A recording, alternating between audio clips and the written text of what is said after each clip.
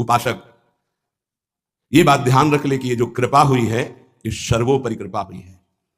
तुम्हें अपने मार्ग से इधर उधर ताकने की जरूरत नहीं है।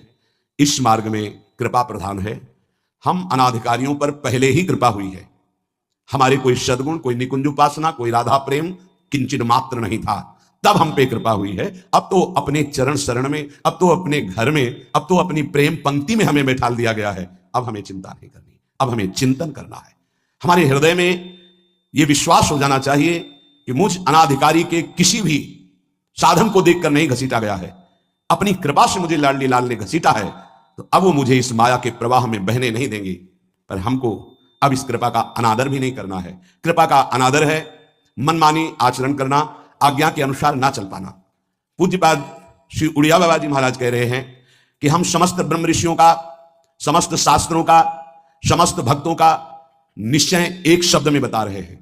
समस्त शास्त्रों का, ब्रह्म ऋषियों का, महर्षियों का, भक्तजनों का निश्चय एक शब्द में बता रहे हैं कि भगवत चिंतन निरंतर यही विधि है और जगत चिंतन ना होने पावे यही निषेध है। इतना है सार बात। हर क्षण हमारा प्रियालाल का चिंतन ही विधि है, इसके अलावा सब निषेध है। जगत में पूरा ब्रह्मांड सब आ गया, प्रियालाल को छोड़कर और कुछ हमारा चिंतन हो ये भारी निषेध है। उपासक समझ नहीं रहा है। चिंतन छोड़ करके तुम्हारा जो समय बर्बाद होता है, तुम उसकी कीमत जानते हो? वो तब पता चलेगी जब ऑक्सीजन लगता है कि श्वास कितनी कीमती है। एक श्वास लेने के लिए प्राण व्याकुल होने लगते हैं। तुम आराम से श्वास ले रहे हो, व्यर्थ में जा रही श्वासें। अरे भाई, अंतिम समय किस समय है हमें पता नहीं, और अगली योनि कौन मिलेगी ये भी पता नहीं। तो अब हमको अपने चिंतन को संभालना है।